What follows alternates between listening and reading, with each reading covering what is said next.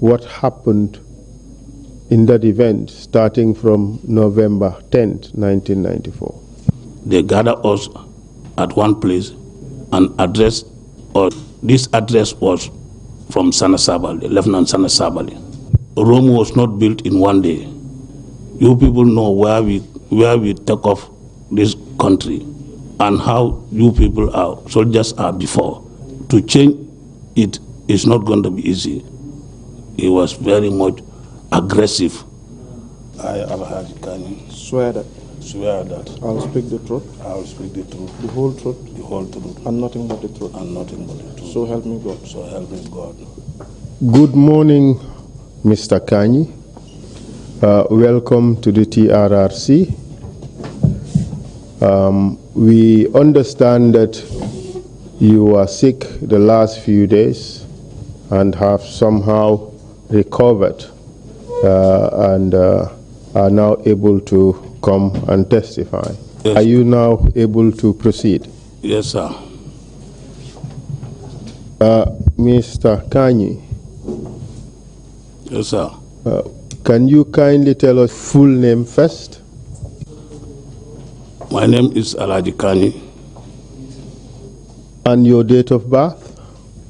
I was born on the 21st July 1965 Where were you born? at Jara Sankuya, Lower River Region.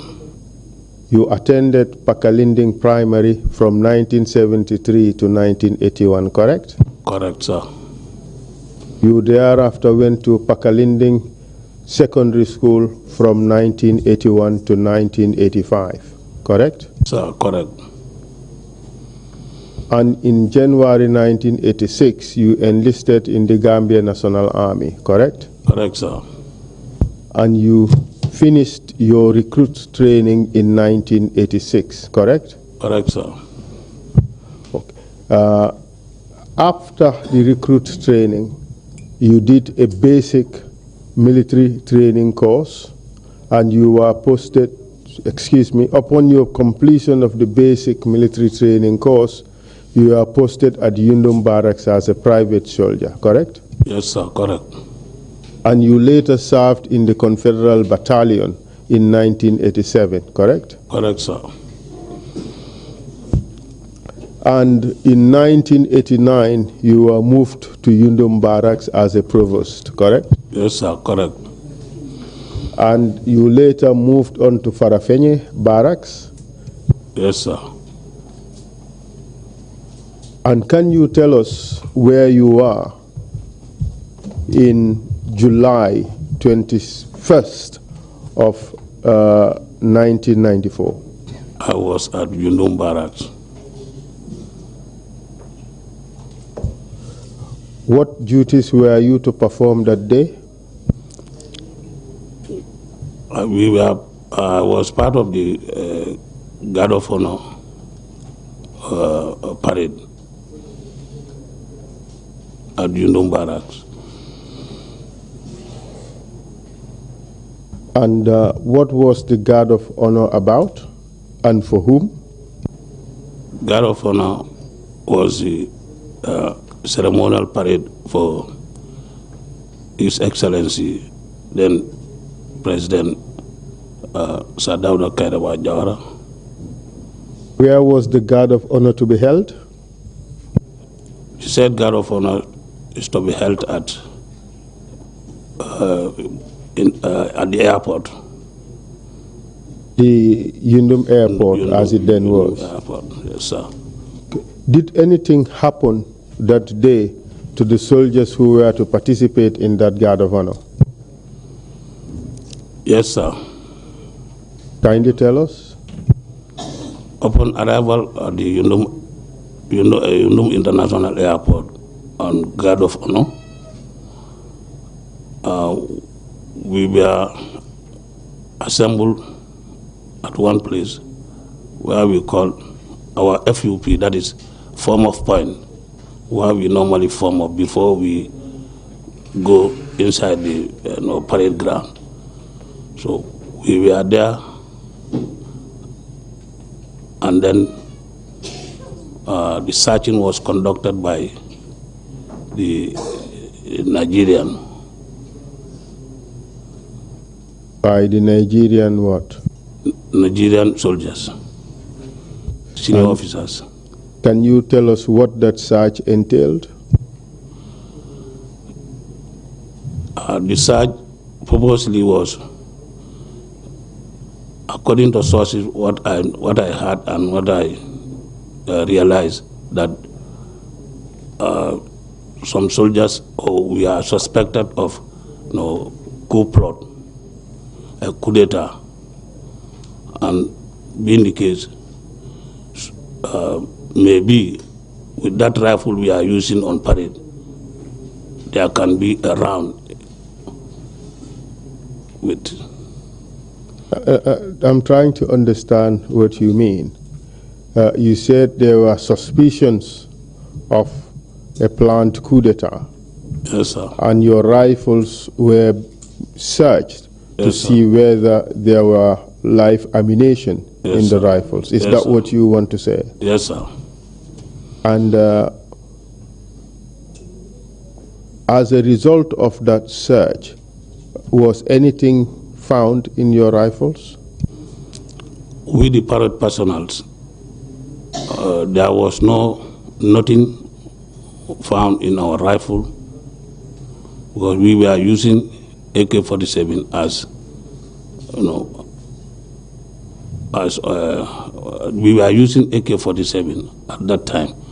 So, but there was no round in any of our rifle, neither inside the magazines. So you mean there were no live rounds? No live round. Yes, sir. Do you recall whether any of the soldiers present was disarmed? Yes, sir. Who was it? Military police, then headed by Yahya Jammeh. They were searched and disarmed, because at that point in time, their pistols, some of their pistols are with rounds. After that, did the president subsequently arrive? After all search been conducted, we collect our rifle and go to the arrival. Yes, the president arrived, sir. And a guard of honor was conducted? Was conducted, sir. And subsequently you returned to barracks? We returned to barracks, sir. What was the morale of the soldiers upon return to the barracks, knowing fully well that they were searched at the airport? Upon arrival at the camp, that is Yundum Barracks, then we are returning rifles to the armory. Definitely, sir, there was, rows. People are shouting, no, we will not return our rifle. Some will not return, we will not return our rifle. This will not happen. Nobody will go. Nobody will leave this barracks. There was chaos around the camp, all over, noise. So that evening, you saw some of the soldiers going home. You also decided to go home. That's what you said, right? Yes, sir. But the following morning would have been July 22nd, 1994, correct? Yes, sir. Can you tell us what you did that day, from the time you woke up and went to work? When I woke up, I dressed up in my home, in my house, as somebody going to work, normal duties. So I joined the buses. Upon arrival at Yundum camp, at the back gate where we normally used to pass. When I entered in the camp, I met the situation was completely changed. Changed in a sense that it's like what was said at the airport whilst we are coming to the airport, whilst we are coming to the camp, a coup. On the whole, it is something which is happening. Then I moved to the guard room, and I found people, everybody is scattered. People are taking rifles, rounds, all over the camp. What do you mean by rounds? That is live round. Ammunition. Ammunition. Live ammunition. How many soldiers did you find around the guard room? Lot of soldiers. And did you speak to any one of them? At that point in time, you cannot speak to anybody because definitely, as I told you at initial, that I knew there was a coup plan and it somehow failed to my point of understanding. Upon arrival, when I see the situation like there was no control of withdrawing rifle from the armory as it used to be done, I definitely, with experience, I definitely know that, yes, what was stated is really that is happening. How were you dressed at this point? You said you were dressed like somebody going to work, but how were you dressed at this time? I dressed in camouflage. Did you have reason to change your clothing? Sir? Did you have reason to change your clothing at this point after arriving at the guard room? As a soldier, camouflage is serviceable sometimes. It's serviceable under all weather conditions. So when I come with that camouflage, when I made the situation change, I also, go to the armory to draw my rifle when knowing that there is something happening. At that time, I saw Yaya Jammeh at the gate, that is main gate. Yaya Jammeh, Peter Singate, Sana Sabali, and you mentioned a Singate. Which Singate did you see there? I said wrong. Edward Singate, not Peter. Edward Singate, wrong. Did you talk to them? No, I didn't talk to them. I just draw my rifle and see where to have live ammo, live ammunition. So then, at the guard room, there was a case. There was a ammunition, case there, where everybody, people are loading their magazine. So I joined them to load my magazine too. And which weapon did you take? I took AK-47. So I had Edward Singate talking to Yaya Jammeh that, sir, let's go. There is no senior man here. You are the senior man. Let's go.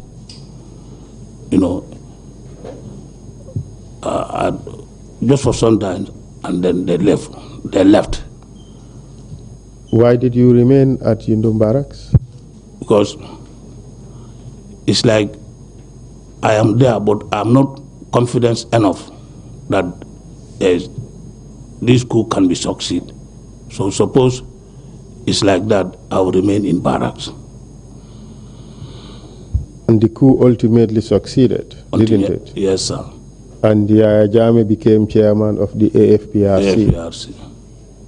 And did your career, did you receive any reward for participating in the coup?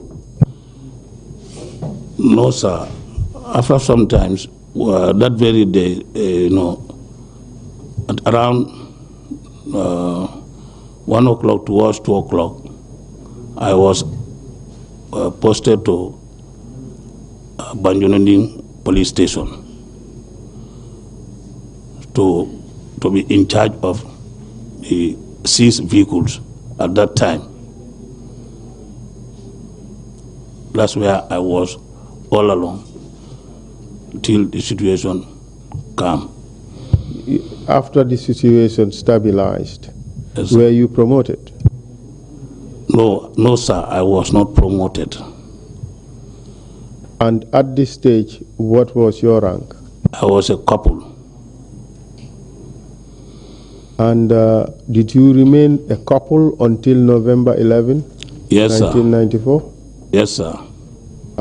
Can you tell us what happened in that event starting from November 10th, 1994? What I remember in November 10, either 9 or 10, 8, 9, 10, something like that. One day, the council members came to the barracks. When you say council members, who are you referring to? Council members are Edward Singate. What was his rank? Then Lieutenant. Yes. Sadibu Hydra. Rank? Lieutenant Sadibu Hydra. Lieutenant Sana Sabali. Lieutenant Yankuba Ture. They came to the barracks to address soldiers. Which barracks are you referring to? Yundum camp or Yundum barracks, to address soldiers that they had something that soldiers want to do, that is to overthrow the present regime, AFPRC. They gather us at one place and address us that is all what was rumors we heard about it. So soldiers, distance yourself from this. One thing, this address was from Sana Sabali, Lieutenant Sana Sabali. Yes. Be very careful. He said, Rome was not built in one day. You people know where we take off this country and how you people are, soldiers are before. So to change it is not going to be easy. Yes. So whosoever, involve yourself in anything, it's like that. He was very much aggressive when he was addressing. Who was aggressive when he was addressing the group? Lieutenant Sana Sabali, and they left. And what happened after that? When they left, in 11 November, that on the 10th, I was with the RSM Babukar Sanyang in the same office. He assigned me to then the former gendarmeries. Some of them are with us, but they are not acquainted with the army drills and duty. So I was assigned by Babukar Sanya to have lesson with them in the field because I was a drill instructor. So that was the preparation I was on for up to closing time. This is on the 10th when I left home to go and prepare my uniform. So. And did you come back to the barracks that evening? I stay home till on the 11th, the following day, that is on the 11th day of November. Early morning, I woke up and dressed up, this time in green fatigue dress. That is the instructor's dress. when you are teaching, drill lesson in the field. That is this khaki green with white belt, and you need to bull your boots, to sign your boots to the standard of which you want your squad or your soldiers or personnel to adopt, because it's like leadership by example. You will appear to them like how you want them to do. At this stage, did you know what was happening in the camp? Upon arrival from my residence, that is Brikama, when I dress up in my house as somebody who is going to teach a lesson in the field, I arrived at the same place, that is the back gate. I was halted by one private soldier by the name Private Koli. At this stage, did you know what was happening in the camp? By the time you arrived there, did you know that something was happening in the camp? When I arrived at the back gate, when I was halted by this man, this private soldier, I said to him, what happened? He said to me that, you don't know what's happened. I said, no, I'm asking you what is happening. He said, double up to the guard room. I cooperate because he was having weapon. I was with empty hand. I was with my cane stick. What time did you arrive at the barracks? It's around between 7 to 8, because normal reporting time is 07:45 NLT. And so you walked to the guard room? When I cooperate, I double up to the guard room. Upon arrival at the guard room, hope I made the situation again more even terrible than before. I said to him that, Koli, I was asking you what happened, you don't tell me.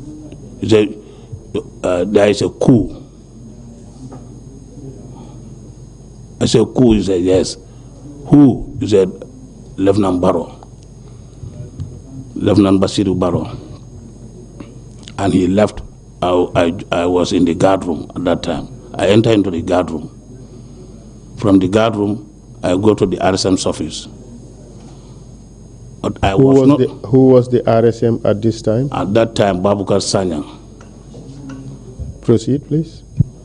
At that time, I was not comfortable because of my appearance.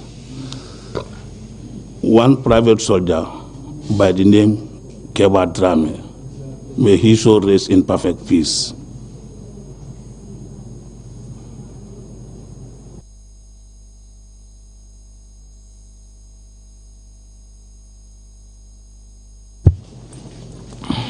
You able to proceed, Mr. Yes, sir. Yes. Sir, this private Drame is from Jara, Sekunda.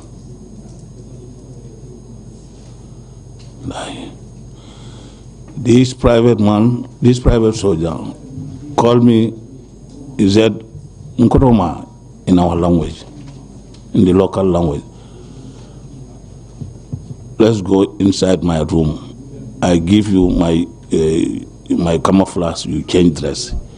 If council member meet you here in this order, like if Sana Sabal meet you in this order, he rather kill you or you will go to jail. Then he's like, somebody who is forcing me. I cooperate with him. I go to his house. I change dress. Within 15 minutes, council members arrive. Sana Sabal and the teams arrive.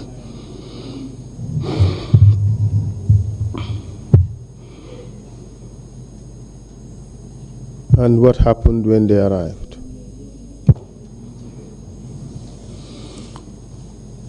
Upon their arrival, there is a truck, there is a big truck, garage around the flagpole end. Do you know how the truck got there? So they came with their vehicle, and the truck also was following them.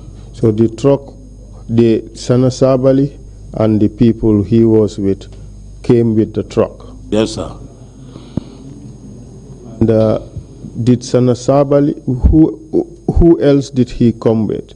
You mentioned Sana Sabali. He came with people and a truck. Who did he come with? Sana Sabali, Lieutenant Sana Sabali, Lieutenant Sadibu Hydra, Lieutenant Edward Singate, Lieutenant Yankuba Ture, and Lieutenant Peter Singate. Did they come just them, or they were accompanied? They are accompanied by their orderlies and other soldiers, other private soldiers. Do you recall who these orderlies were? At that time, you cannot have time to watch on those people, because the truck they were carrying, everybody was shouting. They were shouting that Ifelejang in the local language. What does Ifelejang mean? Ifelejang, that is, they are here. That is the dead. Everybody was inquisitive to know what is in that truck. So that's the time myself, I went to the truck, I climbed up and see two soldiers lying down. That is Basiru Baro and Lieutenant Dotfal. That is Lieutenant Basiru Baro and Lieutenant Dotfal. Yeah. Were they alive at this stage? No, sir. They were completely dead. How do you know they were dead?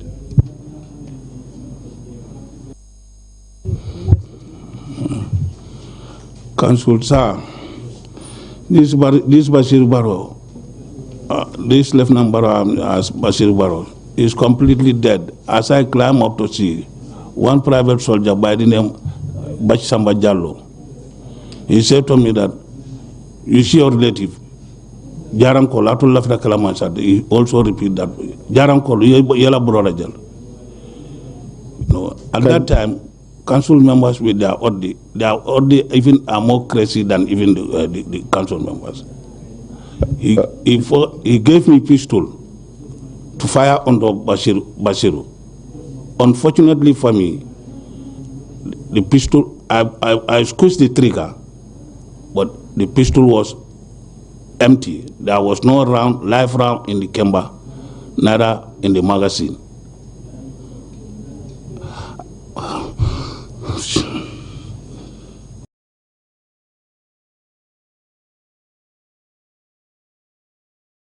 Welcome back, Mr. Kanyi. Are you able to proceed? Yes, sir. May I just remind you that you are under oath, and everything you say must be the truth, the whole truth, and nothing but the truth. Are we together? Yes, sir. Before the break, you were telling us how the captured officers were killed in a forest near Nyambai, correct? Yes, sir. And in your testimony, you indicated that the following officers were killed. Yes. Lieutenant Jibril Sey, Sir. Lieutenant Lamin Dabo, Lieutenant Buba Jame, Lieutenant Aliuba, Abdullah Ba, Lieutenant Bakari Mane, and Cadet Officer Amadou Sila, correct? Sir. Do you know a person called Ceesay? Yes, sir. Do you know what happened to him? Well, he is also killed, but not at the forest. Where was he killed? Well, I was not present the time he was been killed. Upon arrival from the forest, we found his dead body. From reliable sources said that he was killed by somebody called Mbub, but then I was not present. What Mbub? The Lance Corporal Mbub. Which part of the armed forces did he work? He worked, if I can remember, in the military police. Was he at any point in time posted at State House?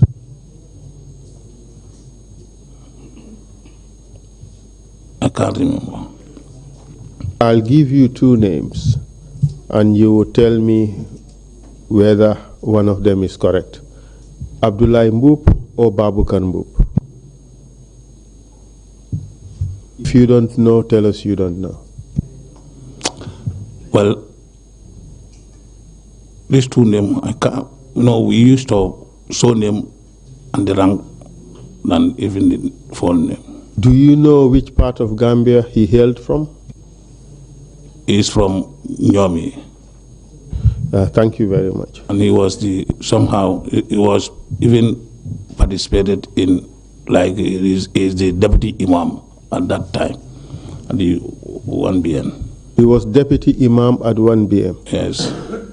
And the information you receive is that he killed Ceesay?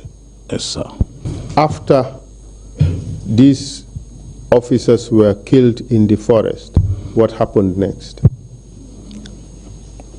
They were taken back again, put them in the same Land Rover,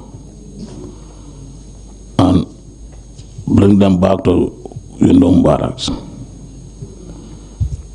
And then we dig and buried them there.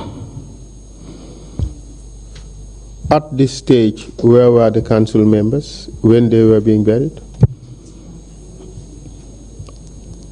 They were in the anteroom, that is officers' mess. Did all of them return to Yundum Barracks at this stage?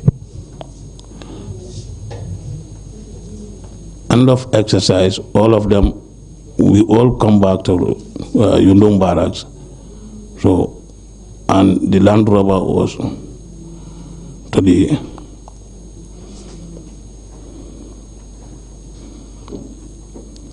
Did you participate in the burial? Yes, sir. Do you recall who else participated in the burial? We, the guy from the bush, we all participated. You told us that the officers went to the anteroom, the officers' mess. Yes, sir. So, when you now say that all of us who went to the bush participated in the burial, who are you referring to? I am referring to the Odlis, the junior ranks. And after that burial, do you recall at what time this event took place, the burial? As I said at initial stage, this was around after 1 to 2 we depart to the bush, and in our time, like around 3 o'clock, we are back. And what happened after these officers were buried? Then the council members left.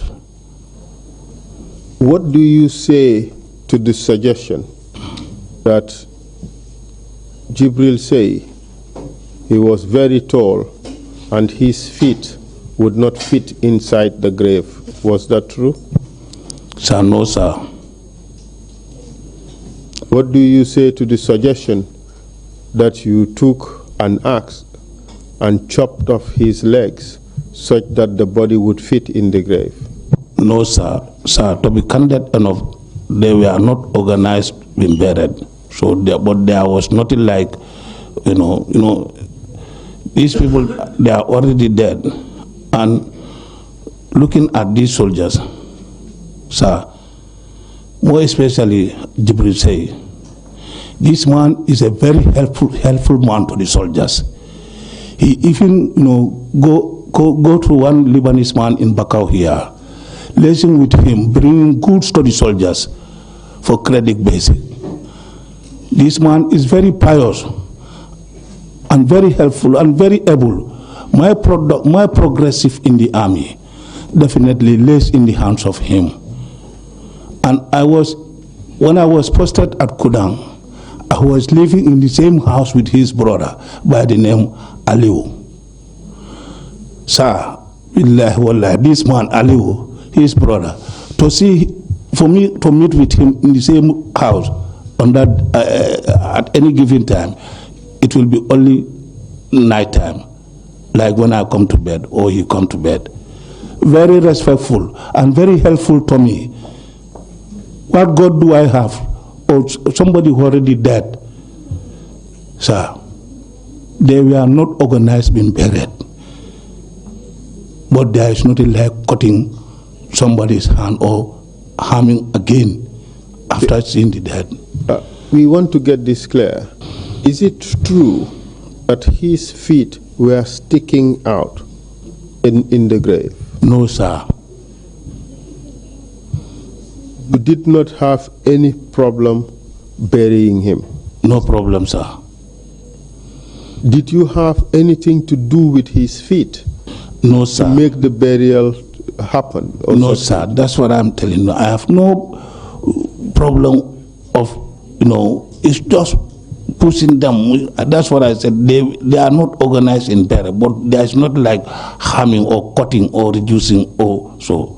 No, sir. They were buried yes. by yourself and the orderlies. Orderlies. And the officers left Yundum Barracks, right? Yes, sir. What do you say to the suggestion that the government announced that there was an attempted coup d'etat and some soldiers lost their lives in the fighting? Is that true?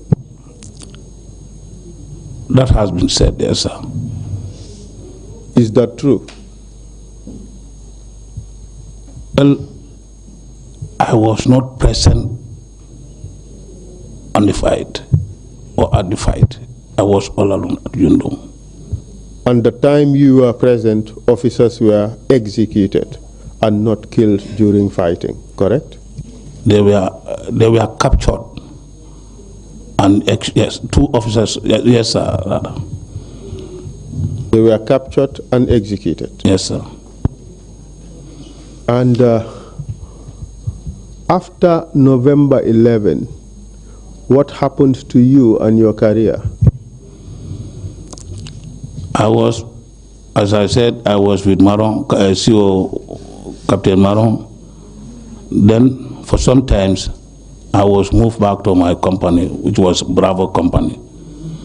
But the time I was with Maron, I was definitely thinking that maybe onto our, participation or involvement in this, attaching me to Maron, there will be a compensation, but of which there was nothing absolutely. Were you at any point in time warned not to disclose what happened at Yundum Barracks and in the forest? Were you warned to keep it a secret? We are not gathered and briefed us to that. Were you personally told to keep it a secret? Nobody warned me of that. Okay. So what happened to your career after November 11? You said you thought you would be compensated, but you were not compensated. I was moved to Bravo Company for some times. Then I was in 1995, 95, I was transferred to the training school at Fajara. And who was the commandant of the training school at the time? Then it was Captain Peter Singate. At this stage, he was a captain, He was a captain. And you were there until, when did you move from GNATS, the Gambian National Army Training School? I was there up to end of 96, 97. I was moved back to Yundum, where I completed my term in December 97. I went on to retire. I voluntarily retired.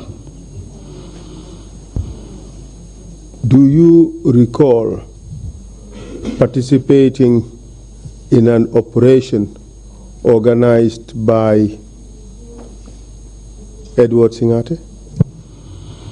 Yes, sir. Do you recall the exact date? I can't remember the exact date and the month. Well, can you tell us, but can you recall the events that happened? Yes, sir. I was one time in my home, Burkama, where I was picked by one BK Jata. What does those initials stand for? Well, we used to call him BK Jata. That is his name, but no, I know him as BK Jata. What was his rank at the time? Staff Sergeant. Do you know where he is presently? Some said, I heard one of his, I heard somebody saying he's in America or so, but I've never spoke to him. So you said on this day, BK Jata picked you up from your home in Birkama? Yes, sir. At what time was it? This was late in the evening, around 5 to 6 or not. And he said to me that, Edu says, let me come and pick you, and we collect Pa Aliu Gomez to go and meet him in his residence at Cape Point with Tumbul Tamba. At this stage, were you on duty? It was like, everybody is on standby. So we used to close and come home. Like, I was not on duty. Did you agree to go with BK Jata? Yes. So he picked you up. Where did you go after he picked you up? And we go and pick one boy by the name Pa Aliu Gomez. Was he a soldier? Yes, sir. What was his rank? Staff Sergeant. Where was he deployed? Where did you pick him up from? We picked him up at around, he was, staying at London Corner, but then we picked him up around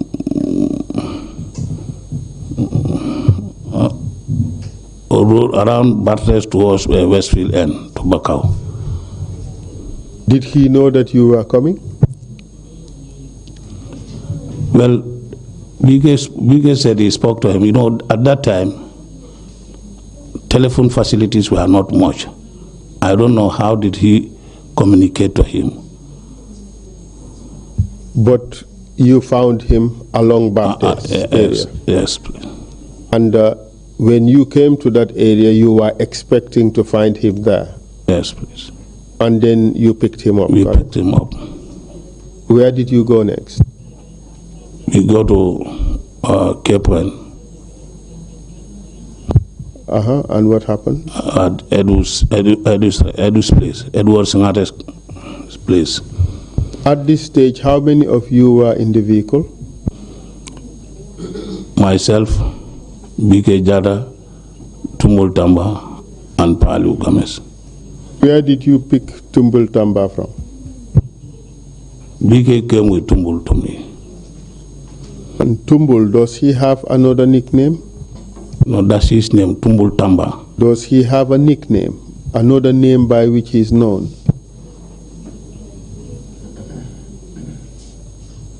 No.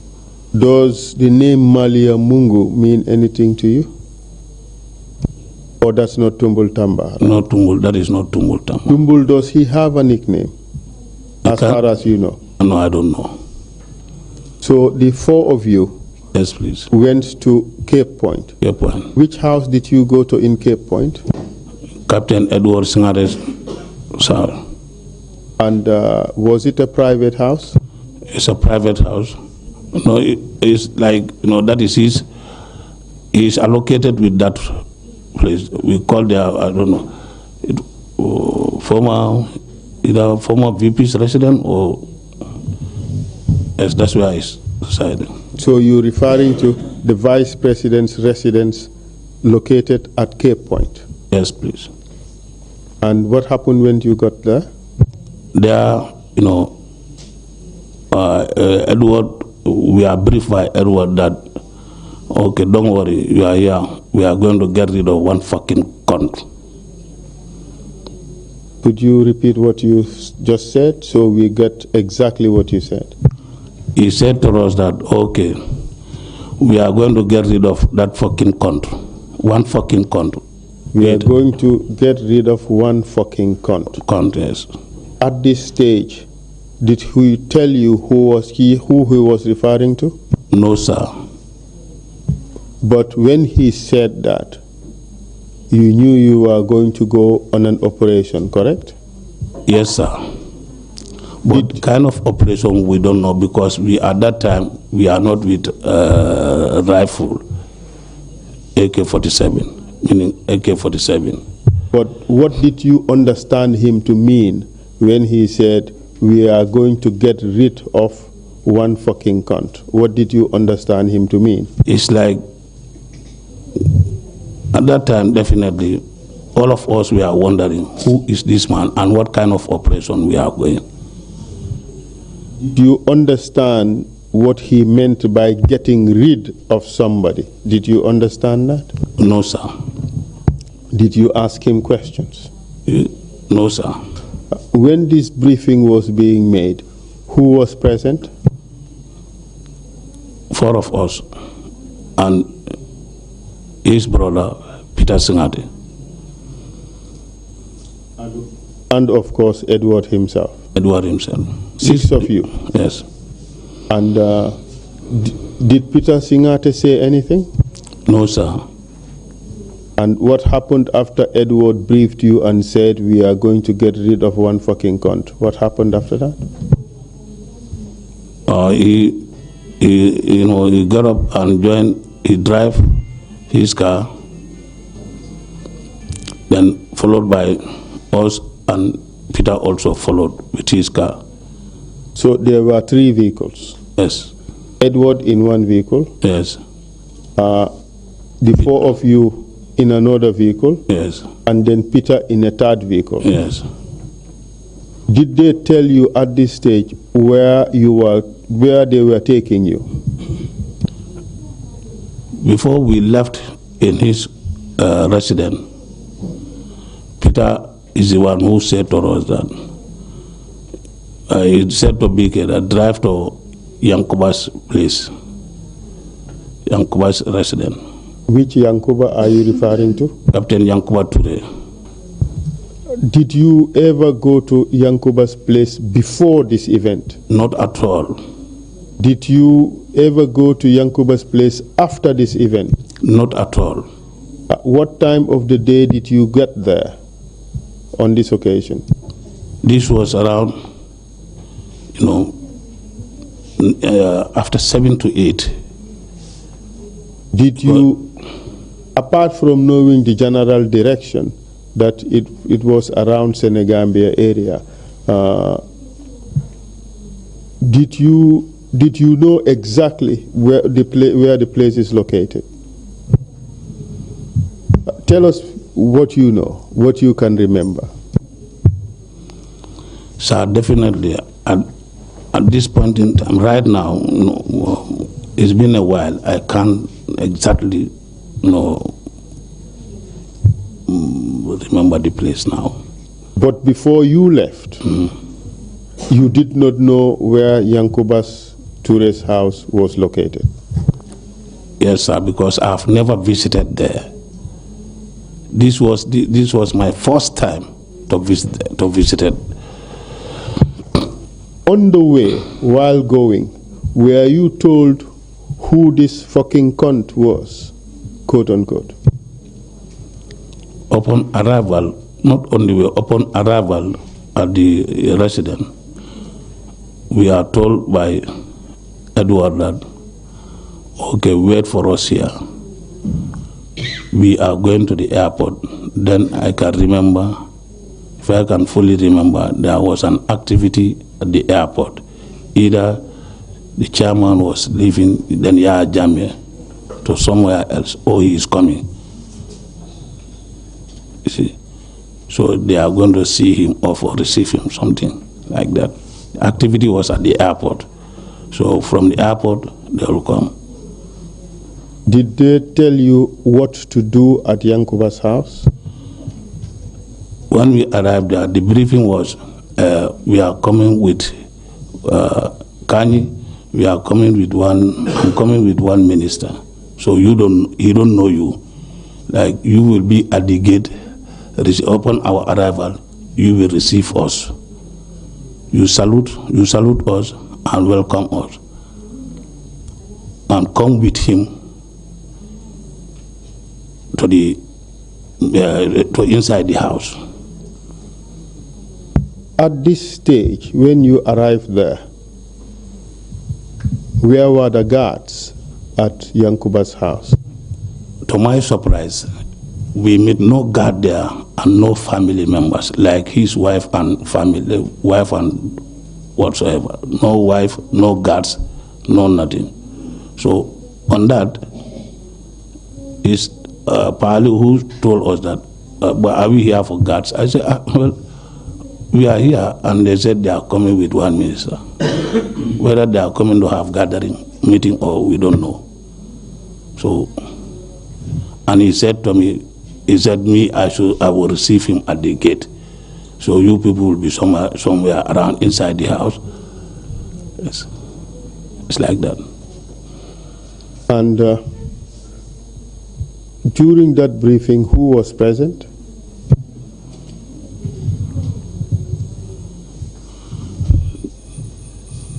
That briefing is Edward who briefed us. Who briefed we for? Was Peter present in the briefing? No, I can't see him. I don't see him. Was Yankuba present at that briefing? No, I don't see him at that briefing. After the briefing, what happened? That he left. Who left? Edward. And how about the four of you? What happened to we remain inside the compound and the house. And what happened afterwards? We were there up to sometimes. Then, Peter is the first person who arrived. He came, parked his car, and rose inside the house. Inside the house, hiding somewhere else. Because I didn't follow him there. He just passed me at the gate telling me that they are coming. So he entered inside the house.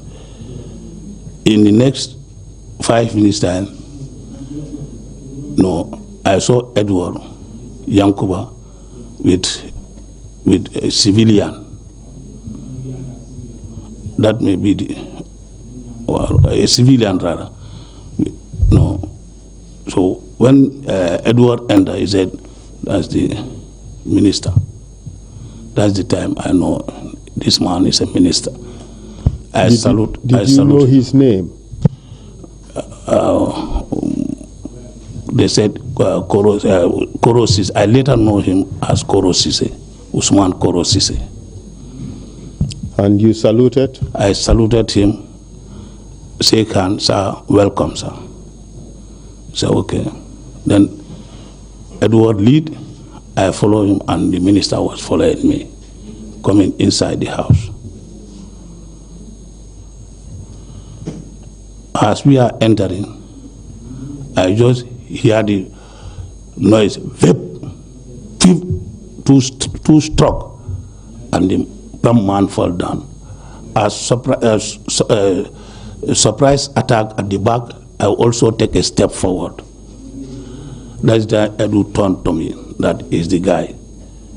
There was like what they used to palm pepper in the local language, kuda, kanturang.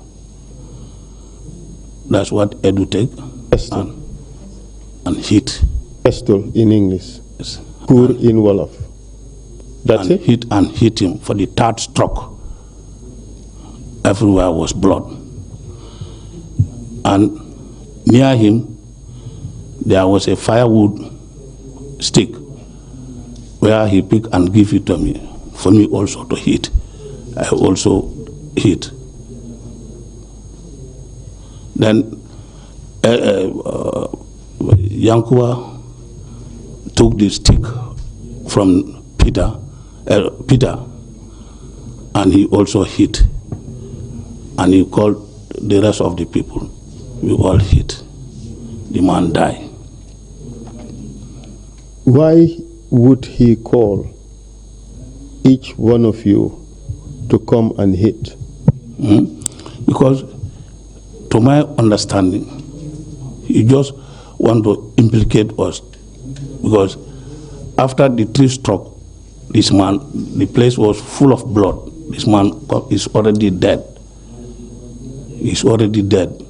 Why giving us again and order us to whip him again when he's already dead?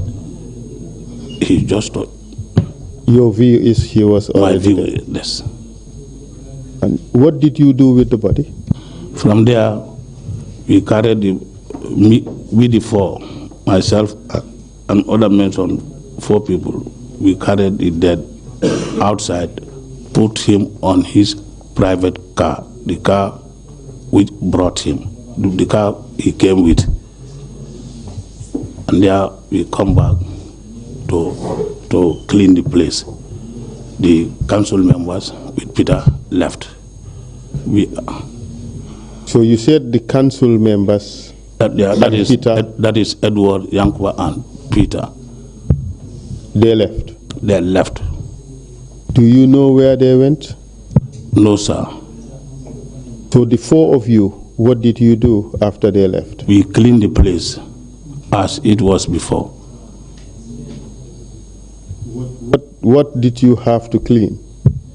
The blood which was which was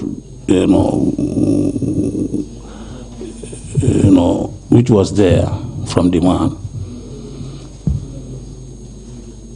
These weapons that were used, where did you get them from? Well, the weapons are sticks. Yes. What was used by Peter, I don't see him, but that of Peter, that of Edu was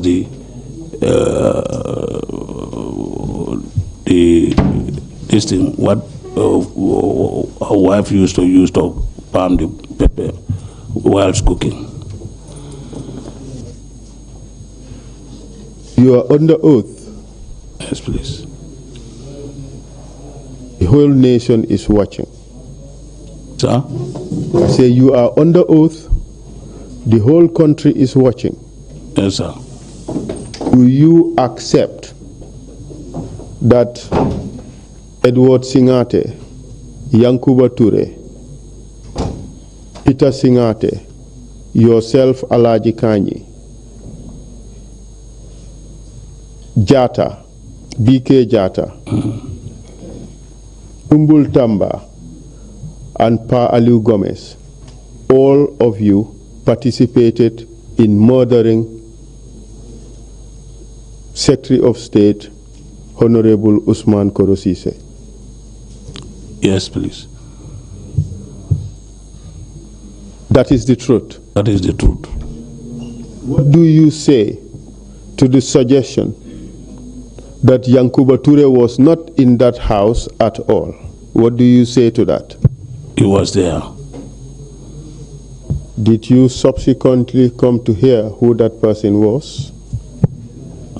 Well, as that happened, all of us, hence we are present on the exercise of this event. We have second thought that this can be, Usman Koro Ceesay.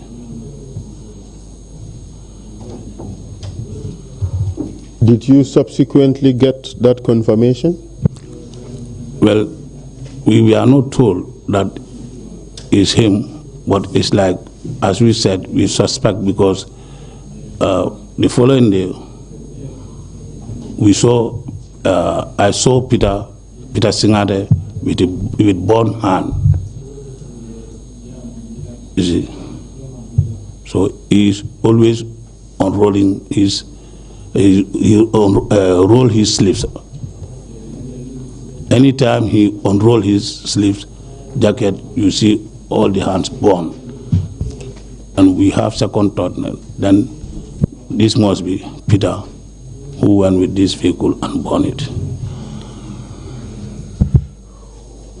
Where did you see Peter with his hands burnt?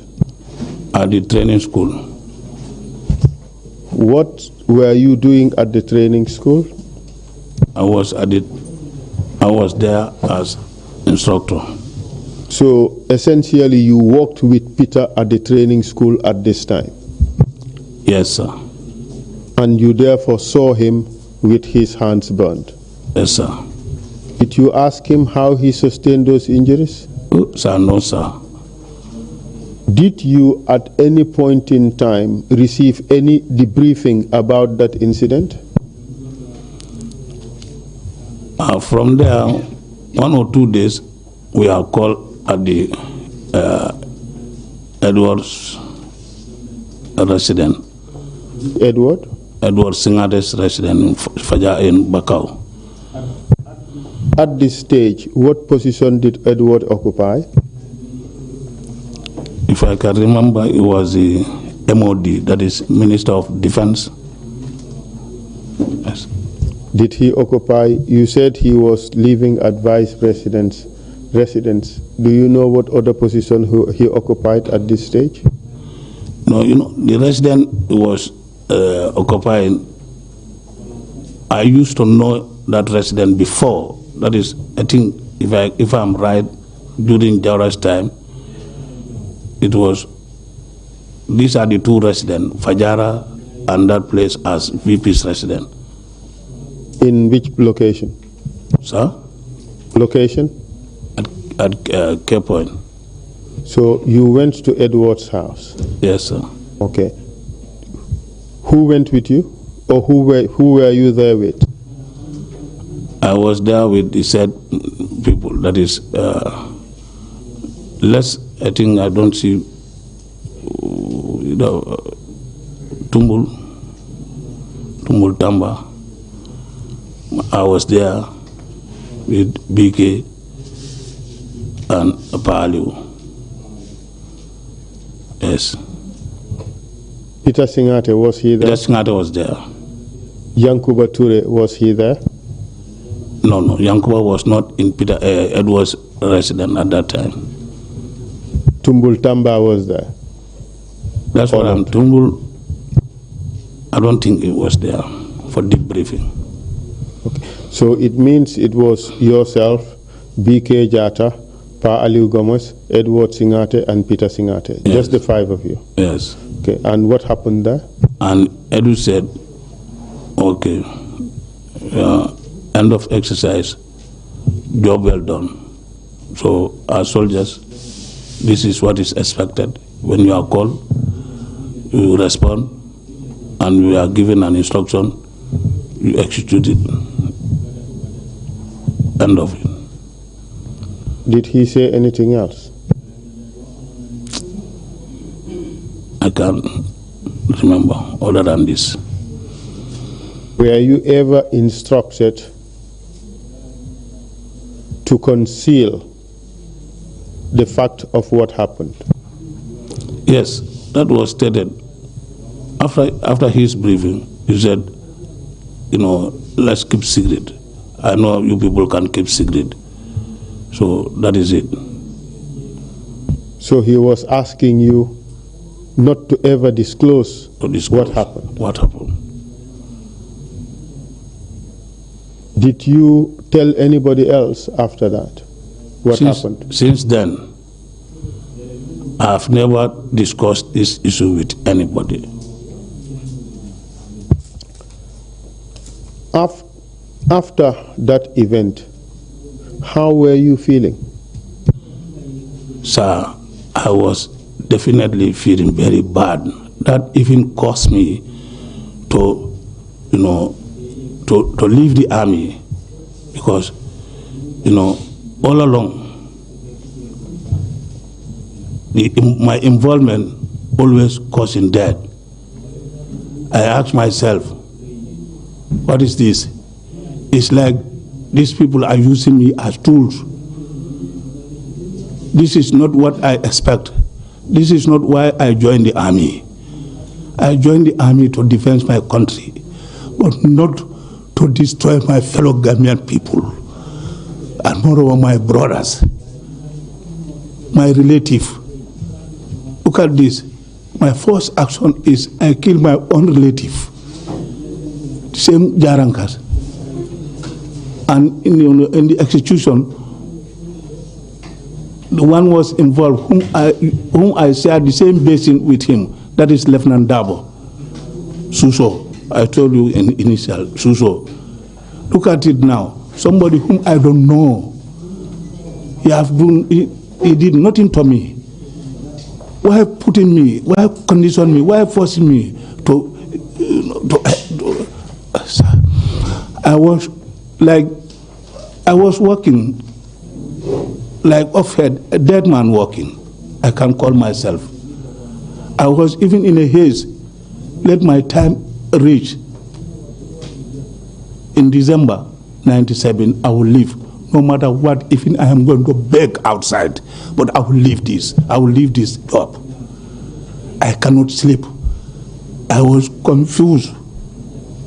Sometimes he himself will call me, Edward, giving me alcohol to say, take this and your temper will cool. I have to look at myself. I have offended Almighty Allah. And at the same time, I'm even adding, by using alcohol, a Muslim like me. Where I am, I lose I have nothing in this world and rather than next world. I am in nowhere. I said to myself, when my time reach, I will leave. I was even looking all possible means for me to be dismissed, but it was not possible. It was not possible. I'm making all effort for me to be dismissed. No problem, let me lose all my service.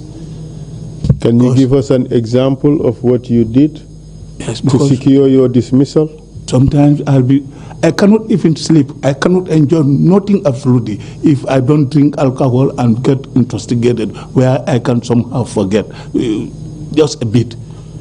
See, I was confused. My people don't like me to drink alcohol.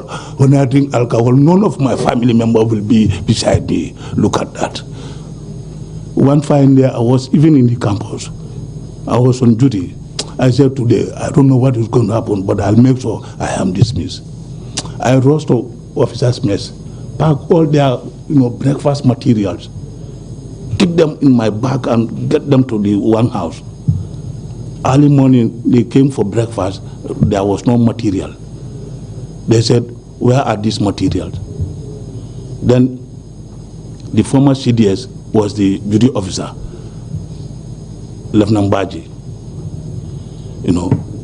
I can remember somebody was there. He said, it's Kanyi who went to the anteroom. I saw Kanyi entering into that room. Yes. And I was called at the RSM's office. I confess, yes, it's me. I was charged for stealing. I was brought before CO. Then, if I can remember, Vincent was the CO, Vincent Jada. Yes. I was fed up. I want them to dismiss me. But Vincent cannot dismiss me. He reduced me to the rank of sergeant.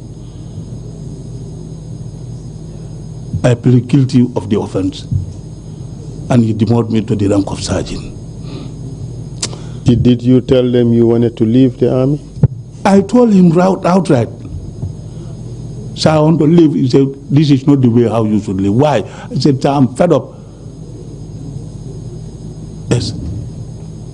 You know, our soldiers, when they know that you want to leave, instead for them to help you, no, but they will keep on, if you are rank holding somebody, they will reduce you, keep on reducing you. If you are not rank holding somebody, they will keep on detaining you. Because we have that access of detaining somebody in our own cell. We have before taking you to mile 2 or military police. You see. You eventually leave the army? Yes, in December 1997, I leave. On the 15th January 98, I surrender all their materials and go home. I said, I am not leaving this country. I have offended Gambian people. I am not leaving this country. I will serve as a slave to my country.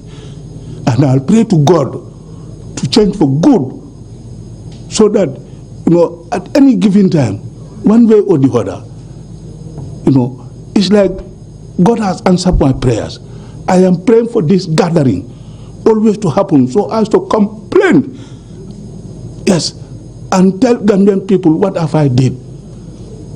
Yes, because at some times, when I had my name in these audios, my family don't even, everybody was, it's like I'm alone.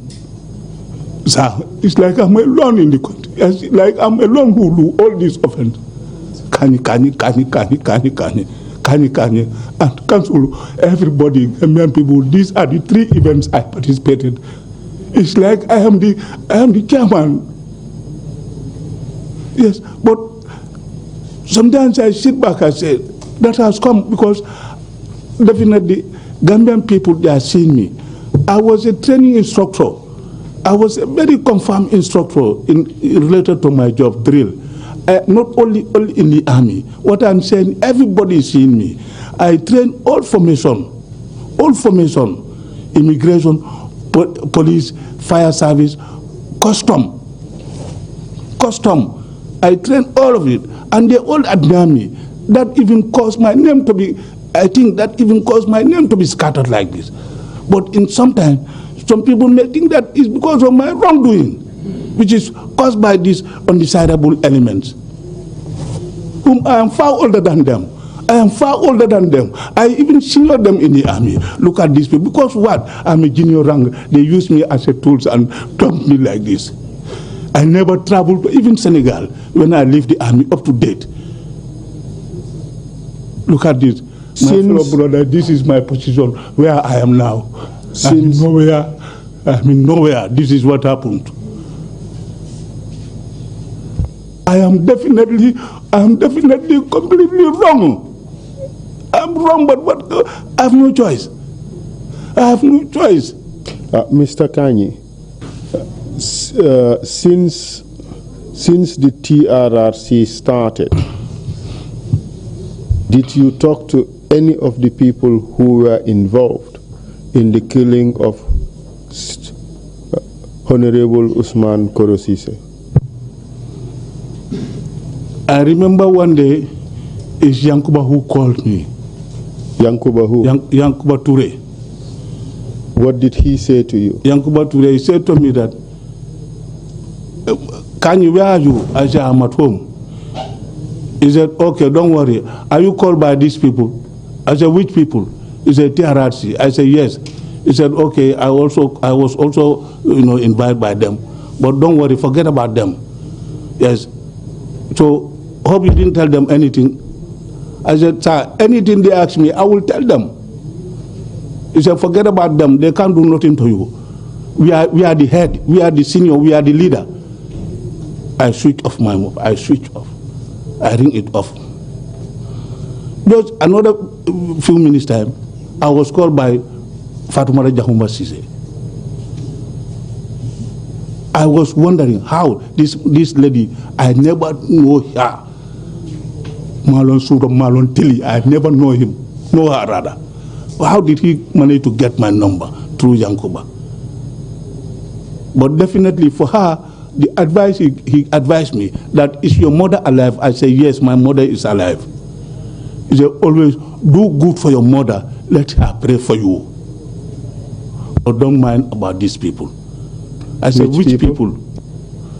Which people? He said, these TRR people, TRRC people. I learned that they call you. I know you through Edo. I think you are the Odlito. I say, I'm not an Odlito Edo. I am not an Odlito Edo. I mean, I'm an instructor. I work under Peter in training school, but I have never been an Odlito any council members. Did she tell you what to do with regards to the TRRC? He didn't. She said, she just said to me that don't mind them. What did you understand that to mean? Don't mind them. It's like, let me not respond to you people. And that is the last thing I will do. That is the last thing I will do. My first call, when I was called here, when I was called by the Senghor, that I was called by Senghor. First call was Senghor that you are needed here. I stopped all what I'm doing.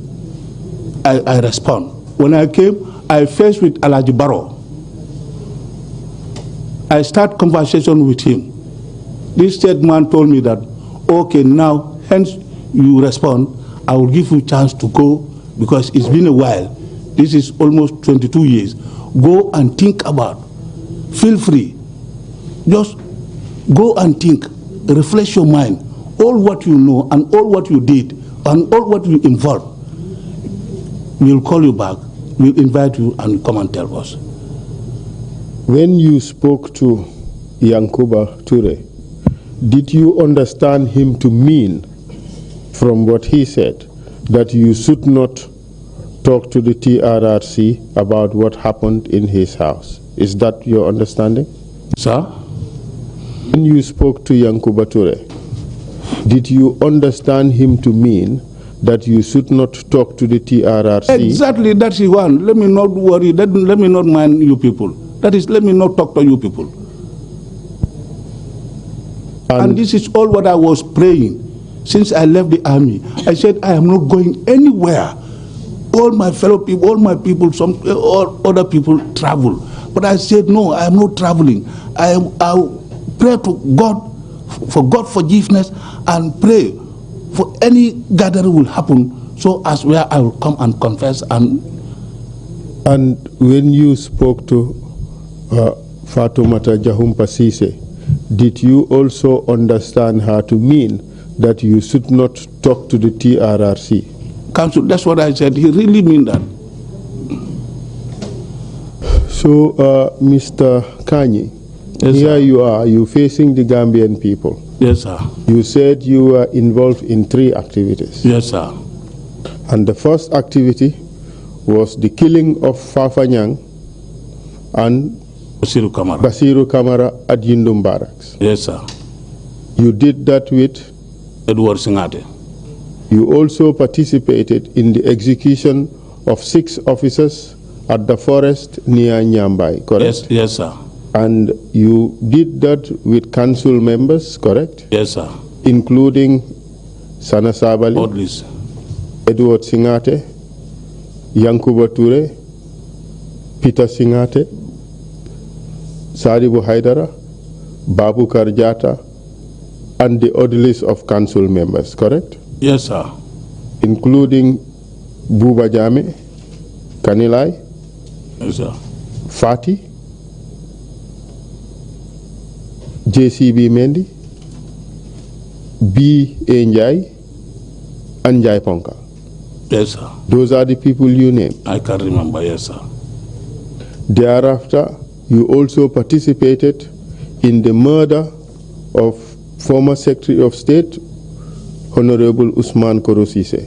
Yes, sir. You said it occurred at the house of then Secretary of State, or in the house of Yankuba Ture, Yankuba Ture. council member at the time. Yes, sir. And you said that murder was carried out by Peter Singate, Edward Singate, Yankuba Ture, yourself, Alagie Kanyi, Pa Aliu Gomez, BK Jata, and Tumbul Tamba. Yes, sir. Tumbul died. These three events, Yes, sir. is your confession absolutely correct? Yes, sir. Did you participate in any other crime? No, sir. Madam Chair, I would leave it at that. Commissioners, Kinte.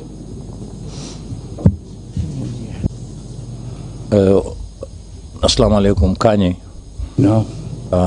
I remember you said on the fateful day of the 11th of November, as you entered the camp, you were halted, gun pointed by one Mr. Colley, Yes, sir. and who marched you into the guard room. Yes, sir. And later, you were advised to join Marong, and that you will be working with Marong. In fact, before joining Marong, you were asked to look into the truck. You were given a pistol, and then you were asked to shoot. But fortunately for you, that was fortunate, there was no bullet, and it did not fire. Yes, sir. Later, you were told to follow Edward, and Fafa Nyang and Kamara, I forgot the first name, were ahead of you, and you shot. You did not tell us where you acquired the equipped gun. Who gave it to you? Because that would be helpful to us. Who gave you the gun? We know Edward instructed you, and you joined him to execute the service. But who gave you the gun to shoot at these guys?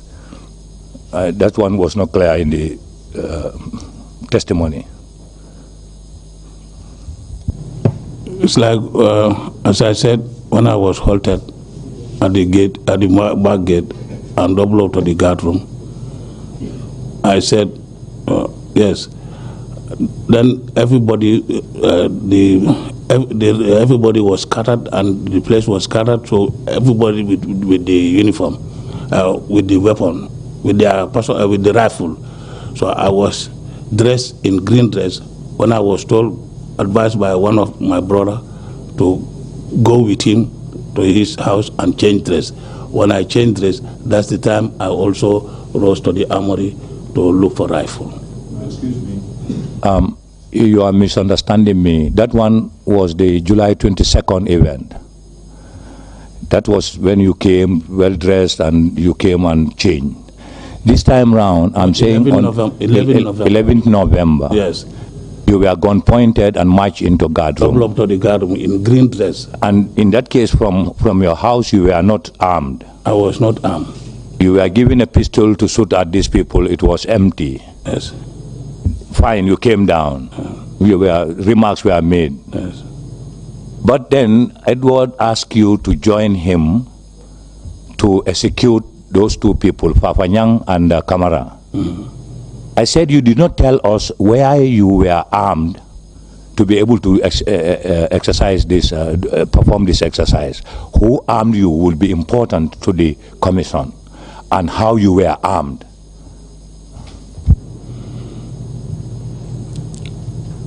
Like, I said, when I changed dress, I think you don't understand. When I changed dress in camouflage, I rose to the armory to get my rifle.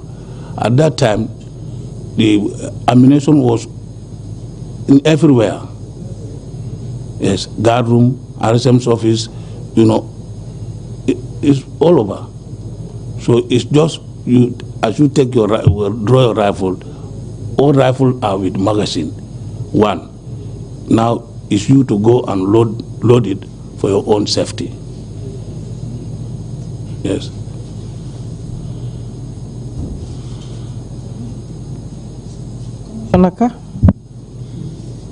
Thank you, Madam Chair. Commissioner Ka, I'd like to know how do you think we can reform the army to prevent such things from happening again? Sir? Can we hold that because he'll be giving his final statement? Okay, we can hold that. Commissioner Jones. Commissioner Jones.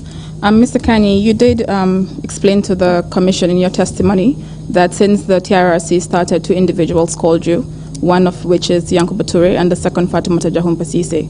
Whilst you already explained your relationship with Yankuba Toure, which is understood, could you please explain to the Commission why Fatoumata Jahumpa Ceesay would call you? Did you ever have cause or need to discuss the 3 events you narrated to the Commission with her? Yes, I don't know how did she get my number. I know it would be like from Yankuba, but I don't know her. I've never met up with her. I have no relationship with her. I was even wonder. There is no relationship between me and her. Nothing, absolutely.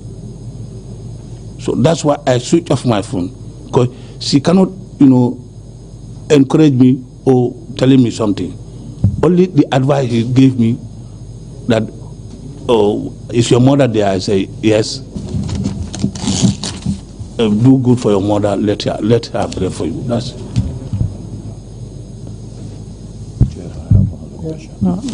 I have no relationship with her, not at all.